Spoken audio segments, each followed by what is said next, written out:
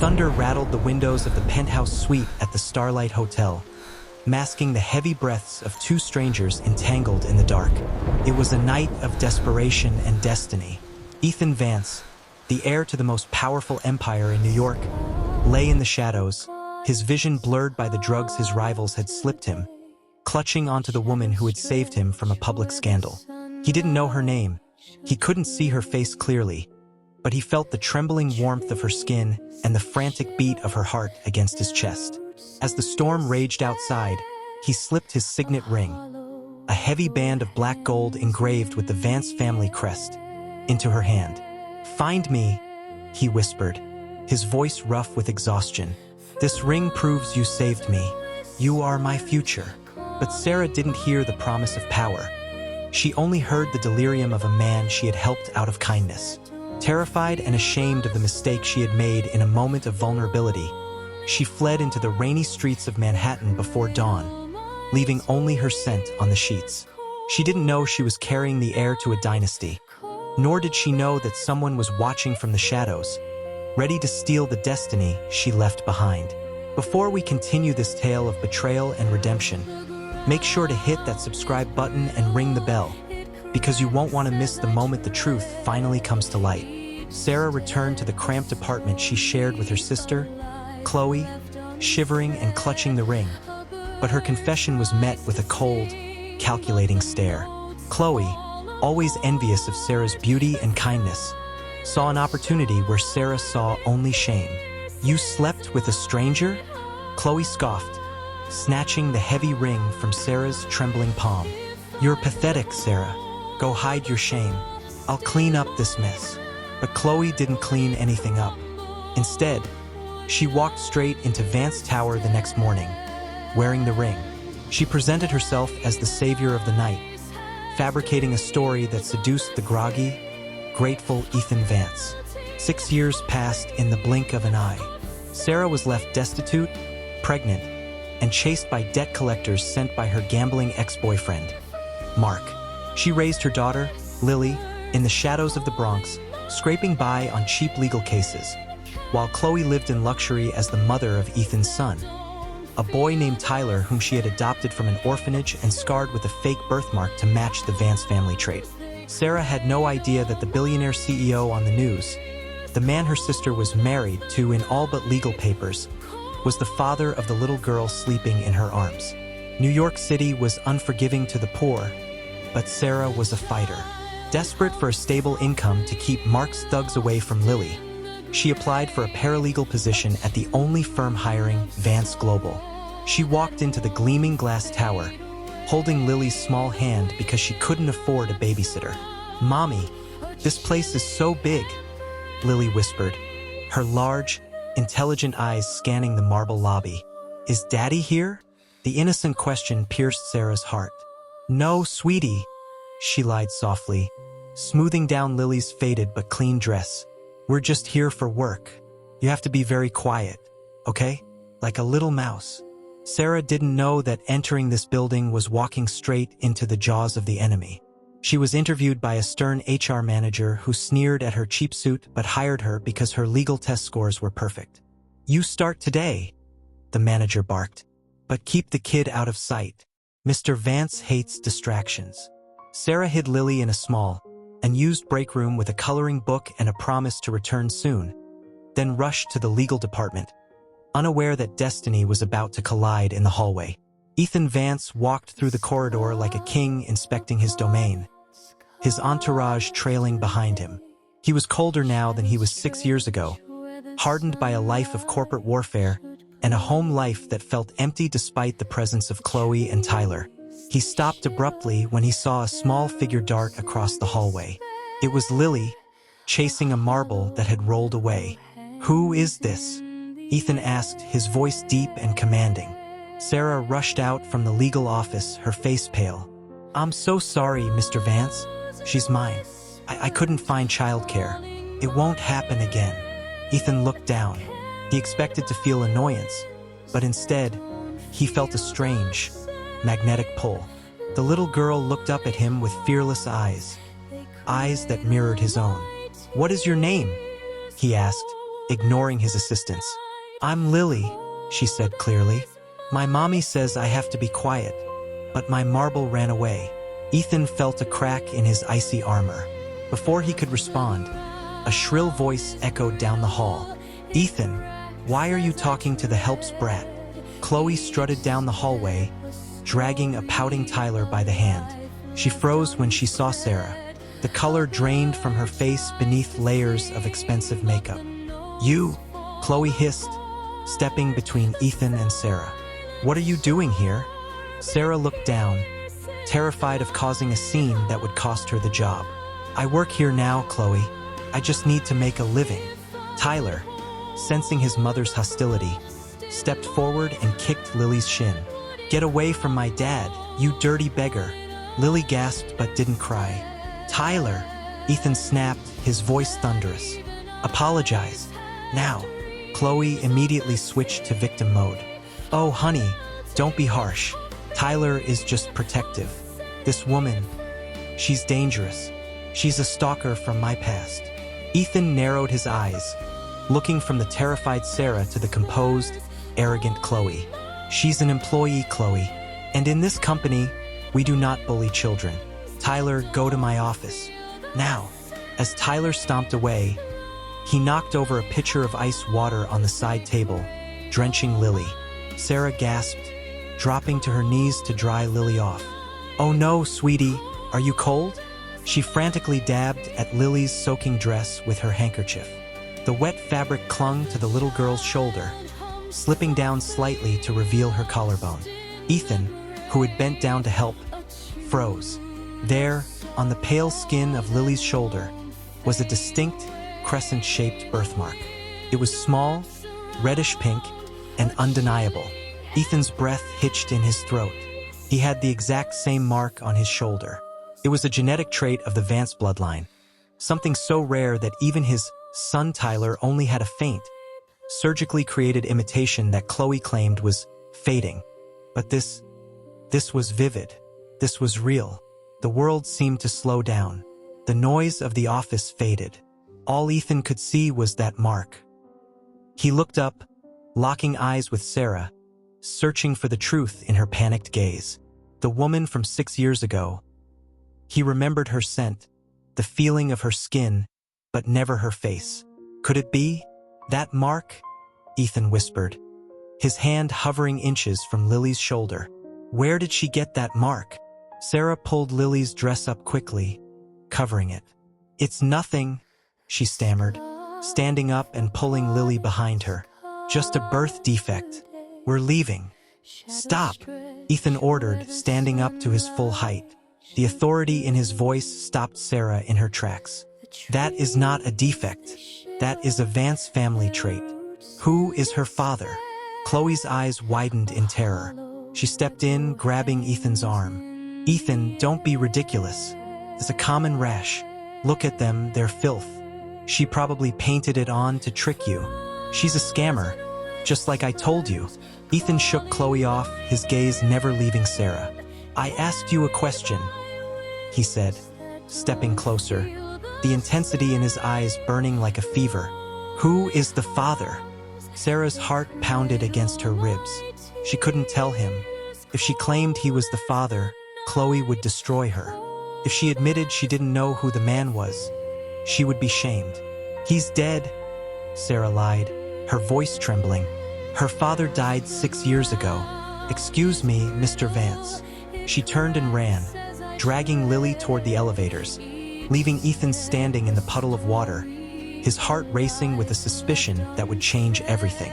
He turned to his assistant, his face set in stone. "Get me her file. Get me everything on Sarah. And get a DNA test kit ready." Chloe stood behind him, her fingernails digging into her palms, realizing that her house of cards was about to face a hurricane. The lights in the CEO's office hummed with a cold, sterile energy as Ethan Vance stared at the dossier on his desk. It was 2 a.m., and while the city of New York slept, Ethan was wide awake, haunted by the image of a crescent-shaped birthmark. "Sarah Miller," he read aloud, his finger tracing the name. "Single mother. No father listed on the birth certificate." He stood up and walked to the floor-to-ceiling window, looking out over the rain-slicked streets of Manhattan. His reflection stared back. A man who had everything yet felt he had nothing. She lied, he whispered to the glass. She said the father was dead, but that mark, it's genetic, it's mine. He pulled his phone from his pocket, dialing his head of security. Prepare a paternity test, he ordered, his voice leaving no room for argument. And find out everything about her past. I want to know who she was 6 years ago. Every detail. Ethan didn't know it yet, but he was pulling a thread that would unravel a web of lies his wife Chloe had spent half a decade weaving. If you're rooting for Ethan to find the truth, hit that like button right now and let us know in the comments. Do you think he'll figure it out before Chloe strikes again? 3 floors down, in the executive lounge, Chloe was pacing like a caged tiger. She had overheard Ethan's call. Her perfectly manicured nails dug into her palms until they bled. He suspects, she hissed to herself, her eyes darting around the empty room. If he finds out that brat is his, I'm back to the gutter. She pulled out a burner phone, a secret she kept hidden in the lining of her designer bag, and dialed a number she hadn't called in years. It rang once, twice, before a rough, sleepy voice answered. Yeah, it was Mark, Sarah's abusive, gambling addict ex-boyfriend. It's me, Chloe said, her voice dripping with venom.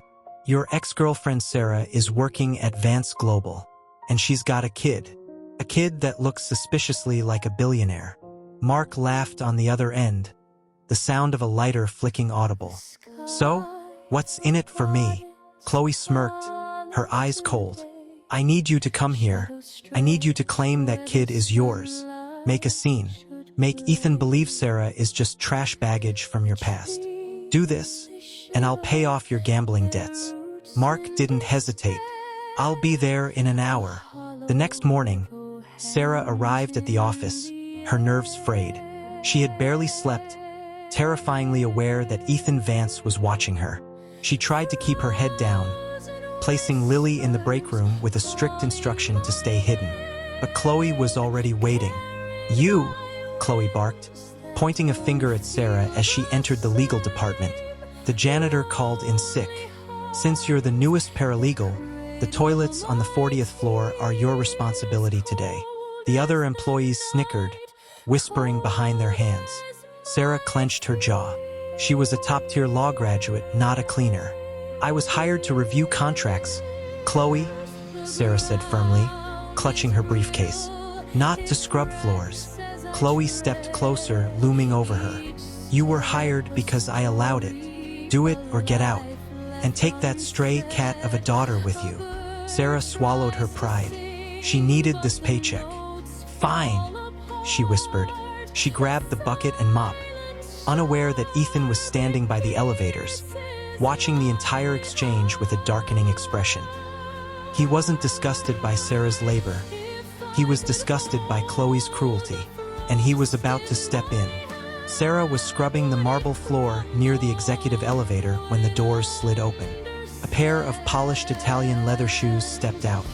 She froze, looking up into the intense gaze of Ethan Vance. He dismissed his security team with a wave of his hand. Stand up, he commanded, his voice softer than usual. Sarah scrambled to her feet, wiping her soapy hands on her skirt. Mr. Vance, I didn't ask what you were doing, Ethan interrupted, stepping into her personal space. The air between them crackled with tension. I asked about the child. Lily. Sarah's heart hammered against her ribs. I told you, sir. Her father is gone. Ethan reached out, his hand brushing a stray lock of hair from her face. The touch sent a jolt of electricity through both of them, a sense of familiarity that confused him. You smell like rain, he murmured, a memory from 6 years ago flashing in his mind. Why are you afraid of me, Sarah? Did we meet before? Sarah couldn't breathe. He was too close. The truth was on the tip of her tongue. Yes, I saved you. Yes, she's yours. But before she could speak, a loud crash echoed from the lobby downstairs. Sarah, get your ass down here. The voice roared through the atrium, shattering the moment. Ethan's face hardened instantly. "Who is that?" he demanded. Sarah's face went pale as a sheet. "Mark," she whispered in horror. She ran to the railing, looking down to see Mark, disheveled and drunk, wrestling with two security guards in the lobby. He spotted her and pointed a grimy finger up. "There she is. That's my woman. And I want my kid." Ethan stepped up beside her, his hands clenching the railing so hard his knuckles turned white. "Your woman?" he repeated, his voice icy. Chloe appeared from the shadows, a triumphant smirk on her face. "Oh dear," she said loudly, making sure Ethan heard. "It seems Sarah's husband has come to collect his family. How embarrassing. I told you, Ethan. She brings drama." Ethan looked at Sarah, betrayal flashing in his eyes. "You said the father was dead," he accused. Sarah shook her head frantically. "He's not the father. He's just my ex." But Mark was already shouting lies. "Lily is mine. I want custody. You can't keep my daughter from me." Ethan didn't wait for the elevator. He stormed down the stairs, his fury radiating like a heat wave. Sarah ran after him, terrified Mark would hurt Lily. When they reached the lobby, Mark had broken free and was grabbing Lily, who had wandered out from the break room hearing the noise. "Let me go," Lily screamed, kicking at Mark's shins. "You're not my daddy. You smell bad." Mark raised his hand to slap the child. "You ungrateful brat." Suddenly, a hand made of steel caught Mark's wrist in midair. "She lied, and she is going to pay for every second she stole from us." If you are enjoying this intense ride, please smash that like button and share the story with a friend. We are about to find out the truth. At St. Jude's Hospital, the head of genetics ran the test personally under Ethan's watchful eye. It was an expedited test costing thousands, but Ethan didn't care. He paced the waiting room for an hour, while Sarah nervously rocked Lily. Finally, the double doors opened. Dr. Evans walked out holding a clipboard. He looked at Ethan, then at the little girl sleeping on the bench. "Mr. Vance," the doctor said, adjusting his glasses. "The results are conclusive." Ethan stopped breathing. Sarah stood up, her heart pounding in her throat. "Well," Ethan demanded, "is she mine?" The doctor handed him the paper. Ethan scanned the document, his eyes widening as they landed on the bottom line. Probability of paternity, 99.99%. He dropped the paper. He looked at Lily, then at Sarah.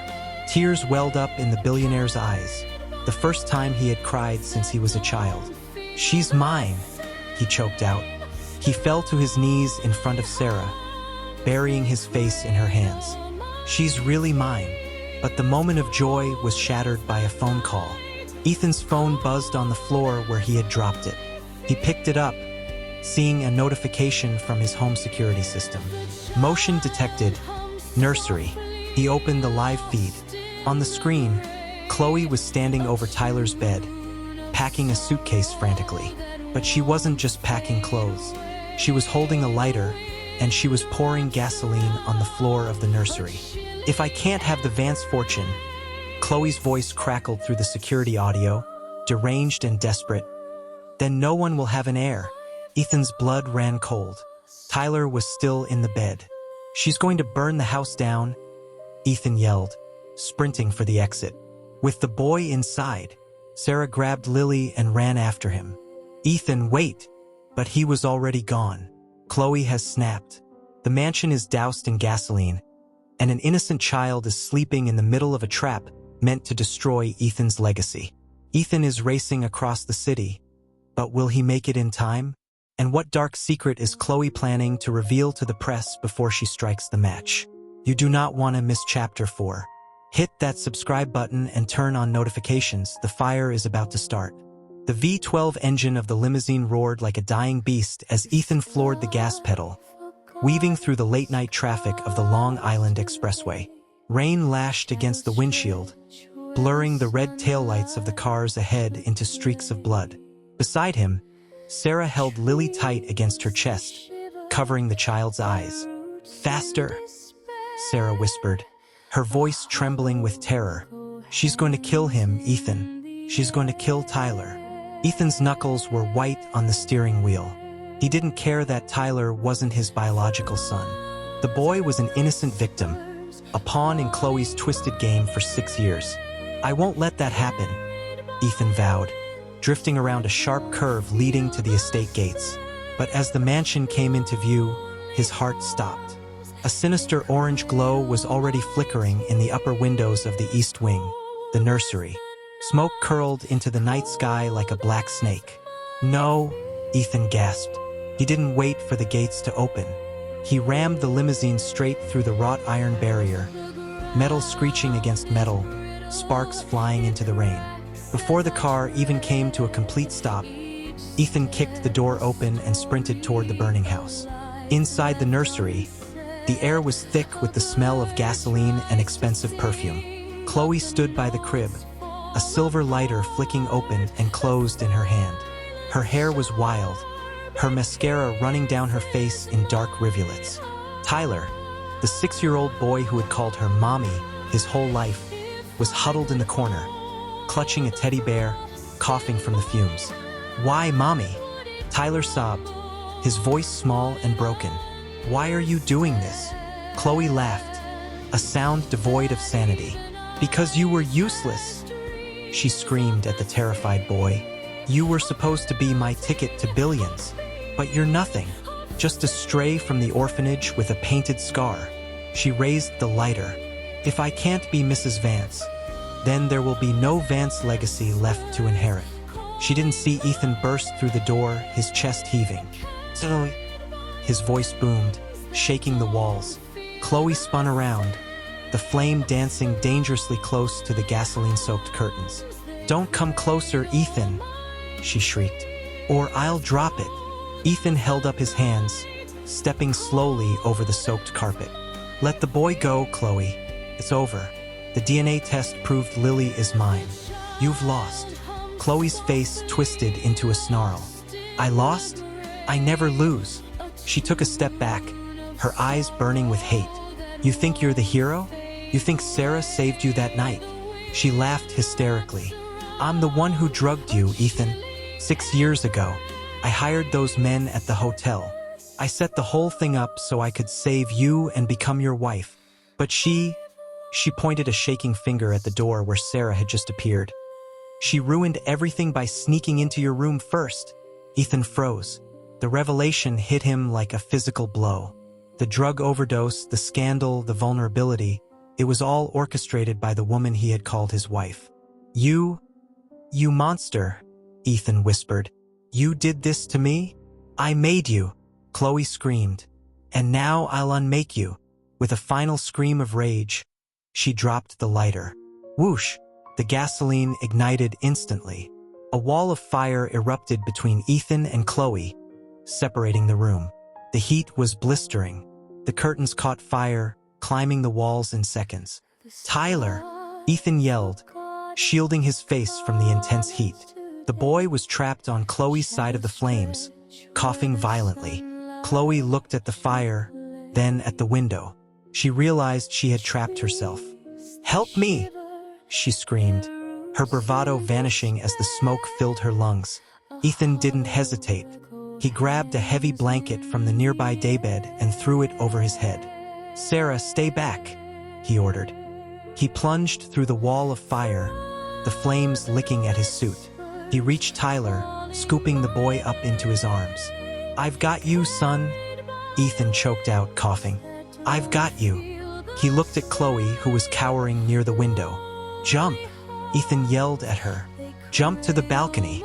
But Chloe was paralyzed by fear. The ceiling beam groaned above them, weakening from the heat. Ethan turned and ran back through the flames, clutching Tyler to his chest. He burst out into the hallway where Sarah was waiting.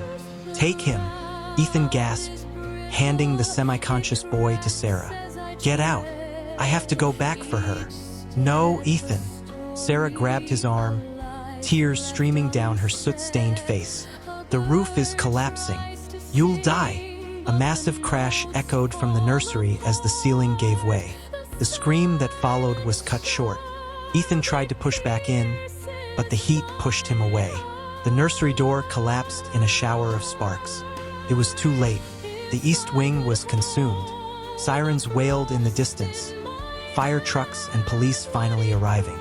Ethan slumped against the wall, coughing, staring at the inferno that had swallowed his past. He had saved the innocent child, but the woman who had tormented them all was gone. An hour later, the blue and red lights of emergency vehicles illuminated the rain. Firefighters were dousing the smoldering ruins of the East Wing. Paramedics were treating Tyler, who was sitting on the back of an ambulance, an oxygen mask over his face. Sarah sat beside him, holding Lily on her lap. Ethan walked over, his expensive suit ruined, his arm bandaged from a burn. He looked at Tyler. The boy pulled the mask down. "Daddy," Tyler whispered, his eyes filled with fear. Did Mommy die because I was bad?" The question broke Ethan's heart. He sat on the bumper of the ambulance and pulled the boy into a hug, ignoring the pain in his arm. "No, Tyler, you were never bad. You were brave." Ethan looked at Sarah over the boy's head. "He has no one," Ethan said softly. "Chloe is gone. I'm not his father." Sarah reached out and placed her hand on Ethan's. "He has us," she said firmly. "We don't leave family behind." But just as the moment of peace settled, a black sedan pulled up to the police barricade. A man in a sharp gray suit stepped out, holding a briefcase. He walked straight past the police line, flashing a high-level government badge. He approached Ethan. "Mr. Vance?" the man said, his voice void of emotion. "I'm Agent Graves from the Bureau. We need to talk about your late wife." Ethan stood up, shielding Sarah and the kids. "My wife is dead. Can't this wait?" "No," Agent Graves said, opening his briefcase. He pulled out a stack of photos. "Chloe wasn't working alone. She was laundering money for the cartel through your company accounts. And now that she's dead, they want their $50 million back." Ethan stared at the photos. They were surveillance shots of Lily and Sarah leaving the apartment. "They know about the heir," Graves warned, "and they are coming." The fire was just the distraction. Ethan thought the nightmare ended with Chloe, but he has inherited a war he didn't start. The cartel is coming for his biological daughter to pay his dead wife's debts, and they are already watching. Hit that subscribe button and turn on the bell, because in Chapter 5, Ethan Vance goes to war, and Sarah reveals a secret skill that no one saw coming. The FBI safe house was an unmarked brownstone in Brooklyn, heavily fortified but suffocatingly small. Ethan paced the living room, his arm in a fresh sling, while Agent Graves explained the dire reality. "Your accounts are frozen, Mr. Vance, pending investigation into Chloe's money laundering. You can't access a dime." Ethan slammed his good hand against the wall. "I have billions. You're telling me I can't pay off these thugs to save my family?" Graves adjusted his tie, his expression grim. "If you pay them, you go to prison for funding terrorism. If you don't, they come for the girl. We have agents outside, but the Viper, he doesn't care about badges." Ethan looked at the couch where Sarah was sleeping, holding both Lily and Tyler. The two children were curled up together, trauma bonding them closer than blood ever could. Ethan felt a surge of protective rage. He was the master of the boardroom, but here, in the underworld Chloe had dragged him into, he was powerless. He didn't know that the agents outside had already been silenced. If you want to see Ethan take back control, hit that subscribe button right now. This battle is just beginning. It was 3 a.m. when Sarah woke up. She didn't wake up because of a noise. She woke up because of the silence. The hum of the streetlights outside had vanished. The faint sound of the FBI agents talking on the stoop was gone. She sat up slowly, her instincts screaming. 6 years of running from loan sharks and thugs had given her a sixth sense for danger. She gently moved Lily's head off her lap and shook Ethan's shoulder. "Ethan," she whispered, her voice barely audible. "Wake up. They're here." Ethan blinked, groggy from pain medication. "What? Graves is outside." "No," Sarah said, her eyes scanning the shadows of the room. "The front door." The lock didn't click, but the handle turned. Ethan's eyes widened. He reached for the heavy brass lamp on the side table, the only weapon he had. Take the kids to the bathroom, he ordered softly. Lock the door and don't open it unless you hear my voice. Sarah hesitated, looking at him. Ethan, your arm. Go, he hissed. Sarah dragged the sleepy children into the hallway bathroom just as the front window shattered. 3 men dressed in tactical black gear rappelled into the living room, moving with terrifying speed. Ethan didn't wait. He swung the brass lamp with all his might, catching the first intruder in the helmet. The man went down, but the other 2 were on Ethan instantly. Ethan fought like a lion, using his size and rage to drive one man back into the coffee table, shattering it. But he was injured, exhausted, and outnumbered. The third man, a giant with a snake tattoo on his neck, kicked Ethan's injured arm. Ethan roared in pain, falling to his knees. The giant pressed a suppressed pistol to Ethan's forehead. Mr. Vance, the man rasped. The Viper sends his regards. Where is the girl? Ethan glared up, blood dripping from his lip. Go to hell. The man chuckled darkly. Wrong answer. He raised the gun to pistol whip Ethan unconscious. Bang! The sound was deafening in the small room, but it wasn't the intruder's gun. The giant stiffened, a look of shock crossing his face, before he crumpled to the floor, a bullet hole in his shoulder. Ethan spun around. Standing in the hallway doorway wasn't the FBI. It was Sarah. She was holding a Glock 19, Agent Graves' backup weapon that she had swiped from the kitchen counter earlier. Her stance was perfect. Her grip was steady. Her eyes were colder than ice. Get away from him, Sarah commanded, her voice void of fear. The remaining intruder turned to fire, but Sarah was faster. She fired 2 warning shots that shattered the vase next to his head, pinning him down. The next one goes between your eyes, she warned. The intruder, realizing this wasn't a helpless housewife, scrambled out the broken window. Ethan stared at Sarah, stunned. Sarah, he gasped. Where did you learn to shoot? Sarah lowered the gun, her hands finally starting to tremble. You think I survived 6 years in the slums with a pretty face? She whispered. When Mark's debts got bad, I learned how to protect what's mine. They didn't have time to process Sarah's hidden talents. The phone in the dead intruder's pocket buzzed. Ethan picked it up. A smooth, synthesized voice spoke. Impressive, Mrs. Vance. Or should I say, Ms. Miller? You took out my scouts. Ethan put the phone on speaker. Listen to me, Ethan snarled. You want money? I'll get it. Just leave my family alone. The voice laughed. Money is just paper, Ethan. Chloe stole something else. A ledger. A digital key to accounts worth billions. She hid it. And my sources say, she hid it on the boy. Ethan froze, looking toward the bathroom where Tyler was hiding. The boy knows nothing, Ethan said. He's 6 years old. Exactly, the Viper replied. Kids are the best hiding spots. Bring me the boy, or I will burn New York down to find him. You have 1 hour to meet me at the Brooklyn Navy Yard. Alone. The line went dead. Ethan looked at Sarah. The ledger, he muttered. Chloe must have hidden the data on something Tyler owns. Sarah's eyes widened. The teddy bear, she realized.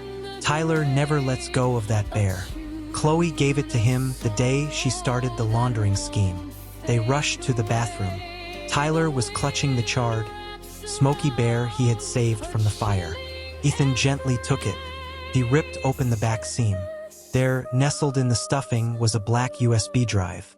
This is it, Ethan said, holding the drive up. This is the leverage. Sarah grabbed his arm. Ethan, you can't go there alone. It's a trap. They'll kill you the moment you hand it over. Ethan looked at the drive, then at his children. I know, he said grimly. That's why I'm not going to hand it over. I'm going to use it to destroy them. He turned to Sarah. I need you to shoot again. Can you do it? Sarah reloaded the magazine with a sharp click. For our family? She said, her eyes burning with resolve. I won't miss. They drove a stolen sedan to the Navy Yard, leaving the kids hidden in the safe house basement with Agent Graves, who had finally regained consciousness. The Navy Yard was a graveyard of rusty shipping containers and fog. Ethan walked into the center of the spotlight, holding the USB drive high. "I'm here!" he shouted into the darkness. "Come and get it!" Shadows moved. Dozens of armed men stepped out from behind the containers. And in the center, a man in a white suit clapped slowly. "The Viper. A wise choice, CEO?" The Viper smirked, flanked by armed guards. "Toss it here." Ethan smiled, a cold, predatory smile that terrified the Viper more than a gun would have. "You made one mistake," Ethan said. "You thought I was just a businessman." Ethan crushed the USB drive in his hand, letting the pieces fall into the dark water of the harbor. "Oops." The Viper's face twisted into pure fury. "Kill him," he screamed. But before a single trigger could be pulled, a red laser dot appeared on the Viper's chest, then another on his lieutenant, then a dozen more. Ethan wasn't alone. He hadn't called the police. He had called the board, his private security contractors, former special ops mercenaries who were loyal only to the paycheck. And watching from a sniper position on a crane above, Sarah had her sights lined up on the Viper's head. "Say goodnight," Sarah whispered into her comms. "The war has officially begun. Who will survive the night? And what secret did Tyler hide inside the bear that Ethan missed? You have to subscribe and turn on the bell for the grand finale in Chapter 6. Say goodnight," Sarah whispered into her comms from the crane high above the Brooklyn Navy Yard. She squeezed the trigger. Crack. The shot rang out like a thunderclap, echoing off the rusted shipping containers. The bullet didn't hit the Viper. Sarah was too smart for that. It struck the propane tank next to him, erupting into a blinding fireball that threw the cartel boss off his feet. Chaos erupted.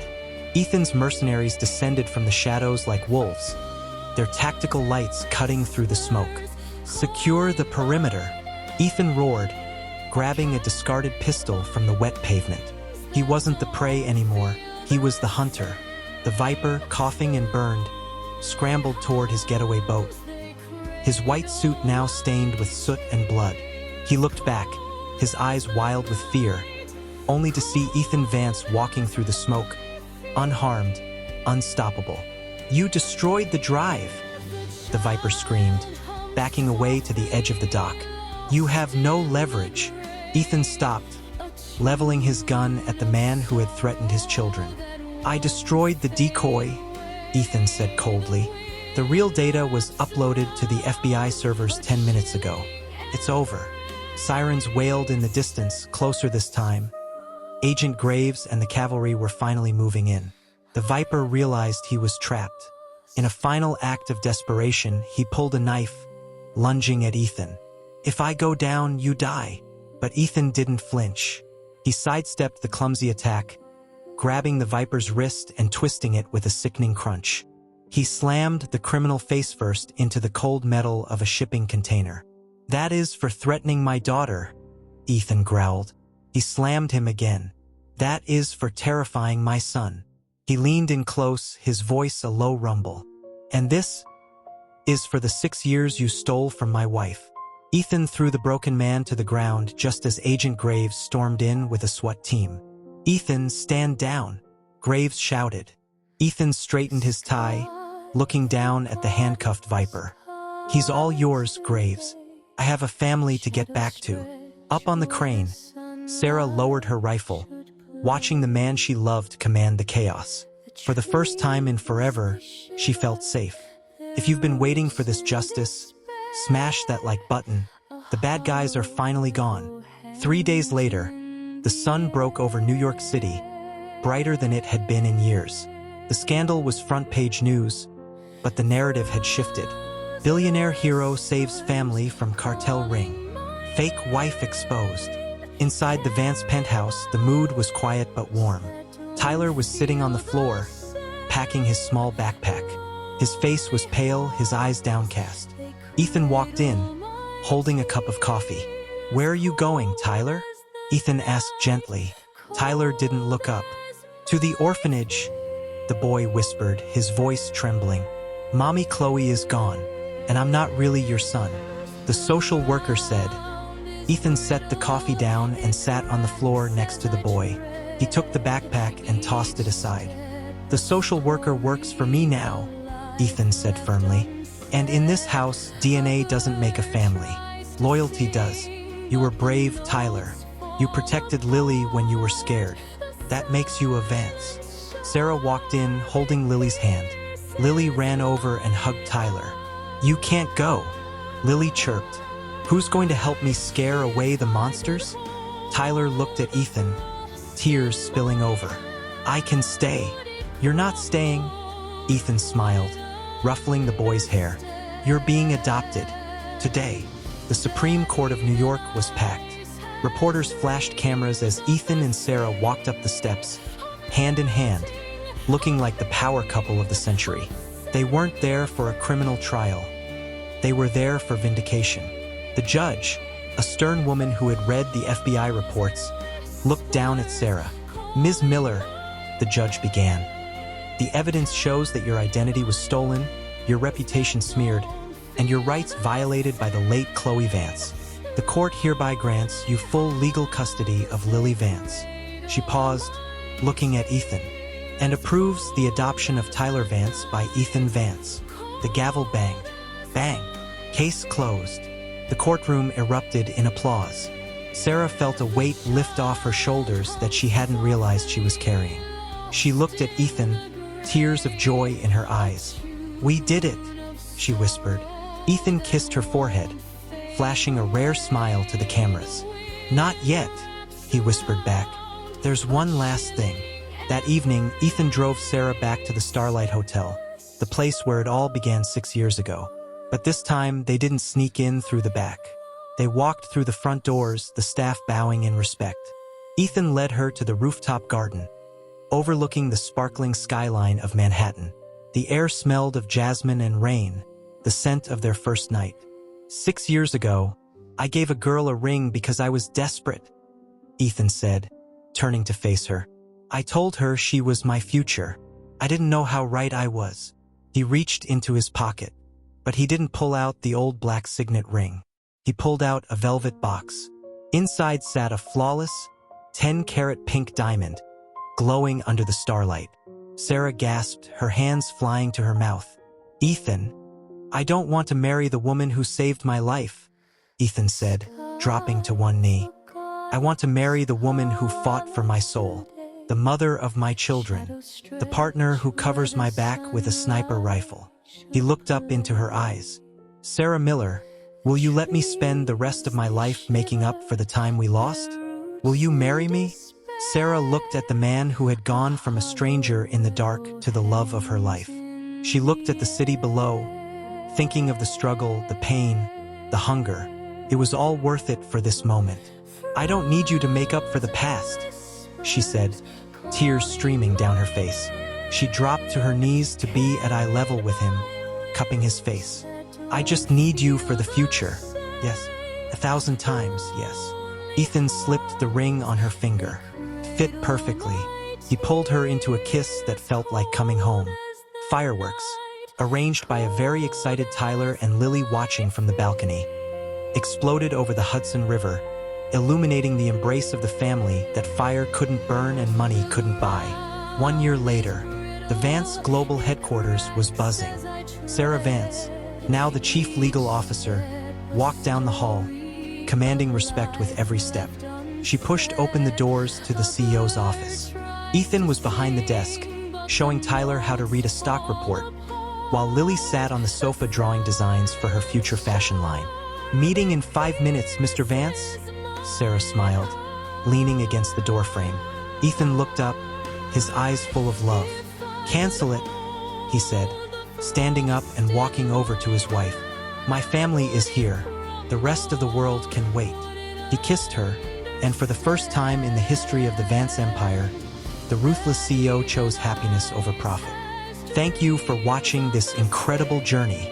If you loved this story of justice, romance, and redemption, please subscribe to the channel and turn on notifications.